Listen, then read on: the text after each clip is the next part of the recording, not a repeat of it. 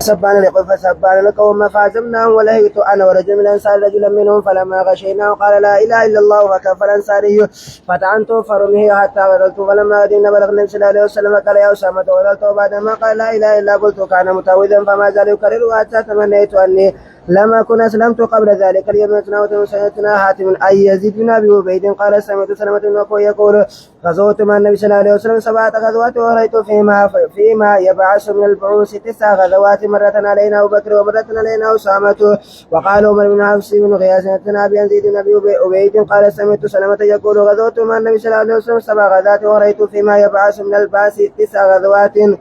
علينا مرة أبو بكر ومرة أسامة. حدثنا أبو هاشم الطاهر بن نخلة حدثنا يزيد بن أبي عبيد سلمان بن عقبة رضي الله عنه قال غزوت مع النبي صلى الله عليه وسلم 9 غزوات وغزوت مع ابن الحارثة استعملهم علينا. حدثنا ابو بن عبد الله حدثنا احمد بن موسى عن يزيد بن ابي عبيد سلمان بن عقبة قال غزوت مع النبي صلى الله عليه وسلم 7 غزوات فذكر خيبر أزل دبتجان خيبر والحديبية ويوم حنين ويوم القردي. قال يزيد ونسيت بقيتهم. كان اللي فدجي باب غزوة الفتح وما بعث حاطب بن أبي فتح مكة وما بعث بي ورقادا حاتب بن أبي بلتادا إرجلن وتدبتني إلى مكة جمهور مكة يخبرهم بغزو النبي صلى الله عليه وسلم لونا نبي نساني لولو دي مرالا. حدثنا ابو تيميه سيدنا سفيان بن المدينه قال اخبرني الله سمع محمد انه سمع عبيد الله بن ابي رافع يقول سمعت علي رضي الله عنه يقول بعثني رسول الله صلى الله عليه وسلم انا والزبير والميدان فيقول فقال انطلقوا حتى ديمان انجيا انغرو دخاخ دايتني فان بهذا عينه انت لا تكاچي جرا مع كتاب يسي وجي ورقات جرا فخذوا منا ورقات سن رافودان انجيا قال انطلقنا تعادى بنا خيلنا ني انجن حالن انكيتم فردون تنيا أنقرأوا دخاق سندينت. فإذا نحن بزينة قلنا لها جرجان. قلنا لها يسين نجن أخرج الكتاب. ورقا باس جنينية. قالت ما معي كتاب. ورقا ناو جنجل توجد. فقلنا لتخرجن الكتاب. ورقا نبافت جنينية. أو نلقين الثياب. أو تسر بابن سلال جنينية. قال فأخرجت من قاصية. ناسي جلا بافتيجي. آتينا برسول الله صلى الله عليه وسلم فإذا فيه من عطيب نبي بلتاد إلى ناس مكة يدركين يخبر ببعض من رسول الله صلى الله عليه وسلم فقال رسول الله صلى الله عليه وسلم يا حاطب ماذا؟ قال يا رسول الله لا تاجل علي إني كنت امرأ ملصقا أنما قصقلين تيجي قريشي يقول كنت حليفا ولم أكن من أنفسها ولم أكن من أنفسها يصير رانتانيجي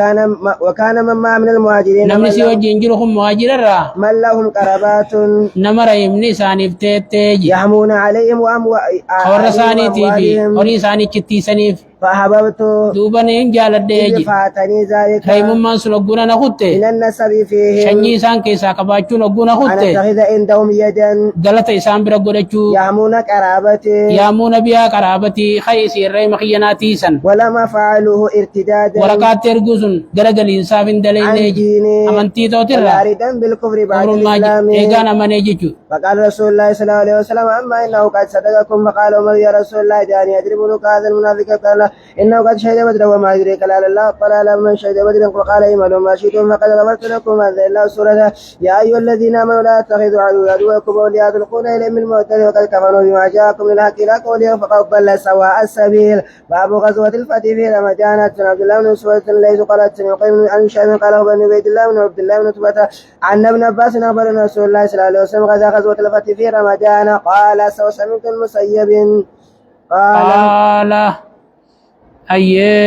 عبيد الله النجي وسمعت ابن المسيب يقول مثل ذلك مثل ما قلت أنا خجون دجيج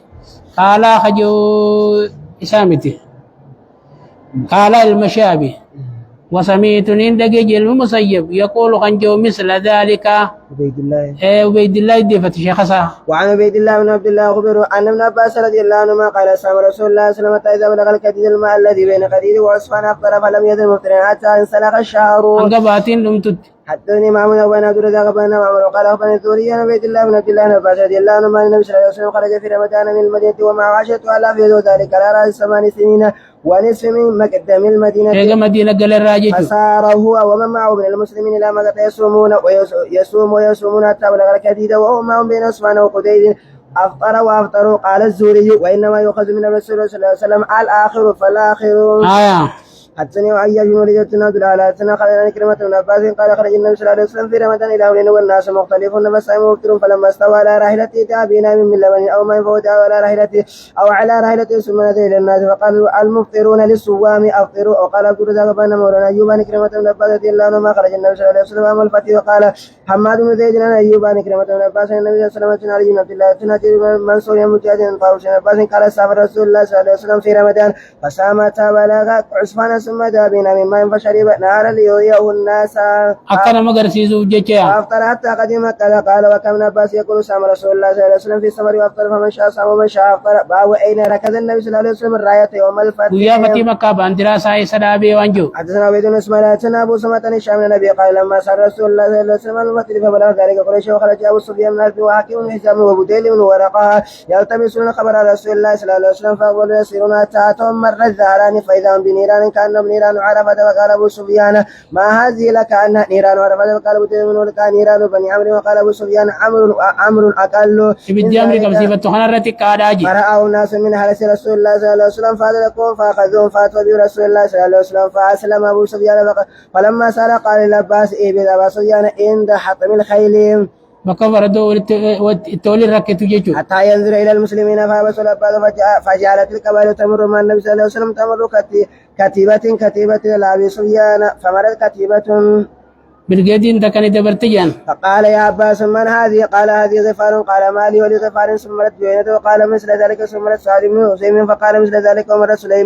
سليم فقال مثل ذاك حتى أقبلت كتيبة له مثلها. قال من هذه؟ قال هؤلاء الأنصار عليهم سعد بن عبادة ومعه الراية. وقال سعد بن عبادة يا أبا سفيان اليوم يوم الملحمة اليوم تستعل الكعبة. فقال أبو سفيان يا عباس حبذا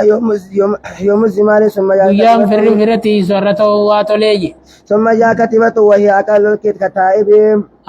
فيهم رسول الله صلى الله عليه وسلم وأصحابه وراية النبي صلى الله عليه وسلم مع الزبير بن العوام. فلما رأى رسول الله صلى الله عليه وسلم بأبي سفيان قال ألم تعلم ما قال سعد بن عبادة؟ قال ما قال كذا وكذا.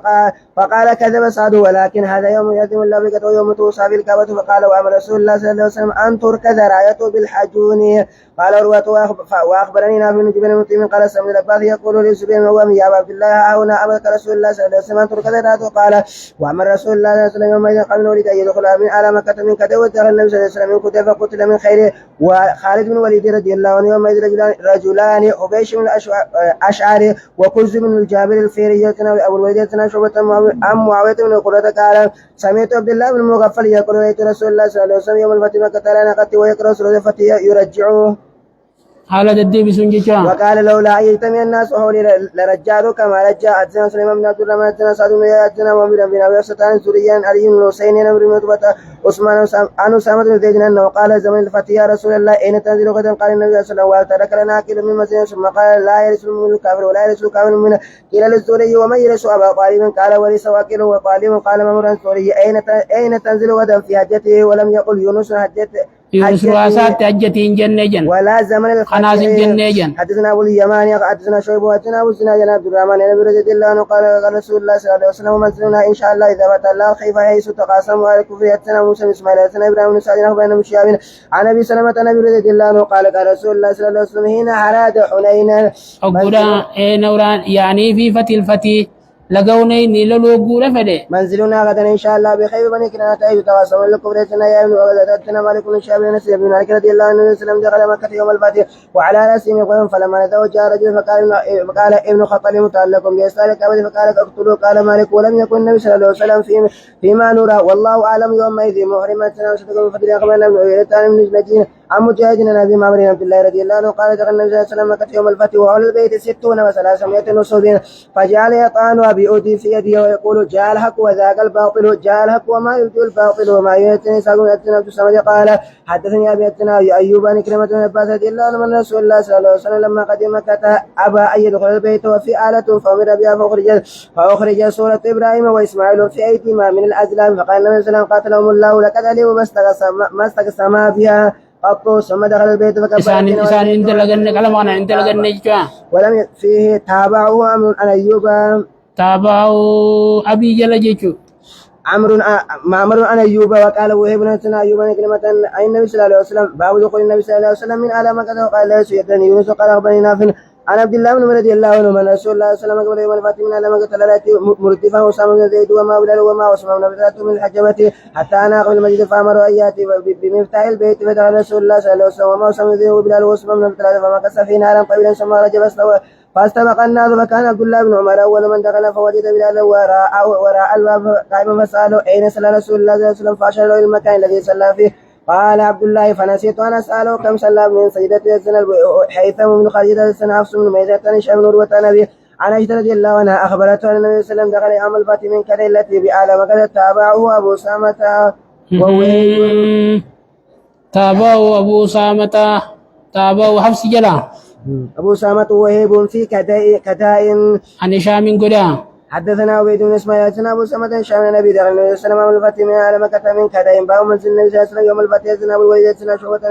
عن امرين عن ابن ابي ليلى ما اخبرنا احد انه لا النبي صلى الله عليه وسلم يصلي الضحى غير ام هانئ فانها ذكرت انه في يوم الفتح مكة في بيته ثم صلى 8 ركعات قالت لم اره صلى صلاة اخف منها غير انه يتم الركوع والسجود باب والتناول بالمشاهد سنه وندرت شعبة مسلم النبي دعاء مدرك رضي الله عنه قال كان النبي صلى الله عليه وسلم يقول في الركوع والسجود سبحانك اللهم ربنا وبحمدك اللهم اغفر لي اسلام وماتنا ونتنا بشير عن سعيد بن جبير عن ابن عباس رضي الله عنهما قال كان امر يدخلني مع الشيخ بدر فقال بعضهم لما يدخل هذا الفتى معنا ولنا ابناء مثله فقال انه مما قد علمتم قال فتى ذات يوم ودعاني معهم قال وما لا دعاني يومئذ الا ليريهم مني فقال ما تقولون فيه اذا جاء رسول الله والفتح وليت الناس يدخلون في دين الله فواجه اتخذ مسلم فقال بعضهم امرنا ان نعبد الله ونستغفره اذا نسلنا واتي علينا او لم يقل بعضهم شيئا فقال لي يا ابن عباس كذلك تقول قلت لا قال فما تقول قلت هو اجل رسول الله صلى الله عليه وسلم اعلمه الله له اذا جاء نصر الله فتح مكة فذاك علامة اجلك فسبح بحمد ربك واستغفره انه كان توابا قال عمر ما اعلم منها الا ما تعلمت ناصر بن شريح ليس المقبلي نبي شريح العدوي انه قال ابن سعيد وهو يبعث البعوث الى مكة على ارجال كرمك يذل ايها الامير جيرجا احوجزك قولا قام برسول الله صلى الله عليه وسلم يوم الفتح سمعته اذناي ووعاه قلبي وابصرته عيناي تكلم بانه من الله وثنى عليه ثم قال انما قد هرم الله ولم يهرم الناس لا لمن يؤمن بالله واليوم الاخر يسفك بيده ولا يجد باشجر فان احد ترخص لقتال رسول الله صلى الله عليه وسلم فيها فقولوا له ان الله اذن الرسول ولم ياذن لكم وانما اذن لي فيها ساعه من نار وقد عادت حرمت واليوم حرمتها بالامس وليبلغ شهاد الغيب فقيل لي ابي شريح ماذا قال لك عمرو قال لا انا اعلم بذلك منك يا ابا شريح إن الحرم لا يعيز عاسيا ولا فارا بدم ولا فارا بغربة ناجيج البرية حدثنا البرية وأن ما فوروا لجتوا حدثنا قتيبة حدثنا ليس أي يزيد بن أبي حبيب بن طيب بن أبي ربان جابر رضي الله عنهما أنه سمع رسول الله صلى الله عليه وسلم يقول من الفتح وبمكة إن الله ورسوله حرم بالخمر أو مقام النبي صلى الله عليه وسلم بمكة زمن الفتح الزنا بن ميسر سجن حدثنا أبو كثير قال سجن يا ابن أبي إسحاق أنس رضي الله عنه قال أقمنا مع النبي صلى الله عليه وسلم يأخذ صلاة على باب سنتين جنگا بمكة سنا حدثنا عبد الله بن عاشور كلمة من عباس رضي الله عنه قال كما النبي صلى الله عليه وسلم مكة ساعة يوما ويصلي ركعتين تنام بن ساعتنا أبو شهاب بن انس من كلمة من عباس قال كما مع النبي صلى الله عليه وسلم في سفر ساعة نقصر الصلاة وقال ابن عباس وانا نقصر ما بيننا وبين 19 فإذا نتم صلاة نجباب سنجي جدو غنيا يأخذ سجل جدو فإذا زدنا أتممنا يأخذ سجل بلوغ نقولنا خياد بسات باب وقال النبي كان لا يسعدني يونس بن شهاب اخبرني عبد الله بن ثعلبة بن سعيد وكان النبي صلى الله عليه وسلم قد مسى وجهه امام الفتح حدثني ابراهيم بن موسى اخبرنا هشام اما عمر عن الزهري عن سنين بن ابي الجنود قال اخبرنا وانا ابن مسيب قال وزعم ابو جملة انه ادرك النبي صلى الله عليه وسلم وخرج معه امام الفتح اذن سليمان بن ابي حدثنا حماد بن زيد ايوب بن ابي كلابة عن عمرو بن سلمة قال لي ابو كلابة الا تلقاه فتساله قال الا تلقاه اذا كنا نمتين غافتو قال فلقيته فسالته فقال كنا بماء مررنا قال فسالتني فقال نجيجي كنا نتانيجي بماء ممر الناس خرا بشان خرا نمن ردبر تقر تانيجي وكان يمر بنا الركبان نغادين ندفاجي فنسالهم ما للناس نمني كمجرا يني غافنا هذا الرجل نمشي كنو مالي ويقولون يزعم ان الله ارسله ربي نرجع آية وهلاه بكذا وكنت افز ذلك الكلام وكانما يقر في صدري وكان العرب تلوموا أكوان والنسان جنتم كمتي غير سمتن توتي إسلام الفتوى يقول عربني نتيجي إسلام الناس عنيتين كيغن ويقول كبين سمك كاجيجو فكو يقول نجن اتركوا نبي إسحاق ديسا جنجي وقومه فإنهم ورمساتيس كانوا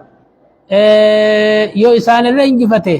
إسان الرملته إنجفته هو نبي صادق أكنا جان فلما كانت وقعت الفتح بادر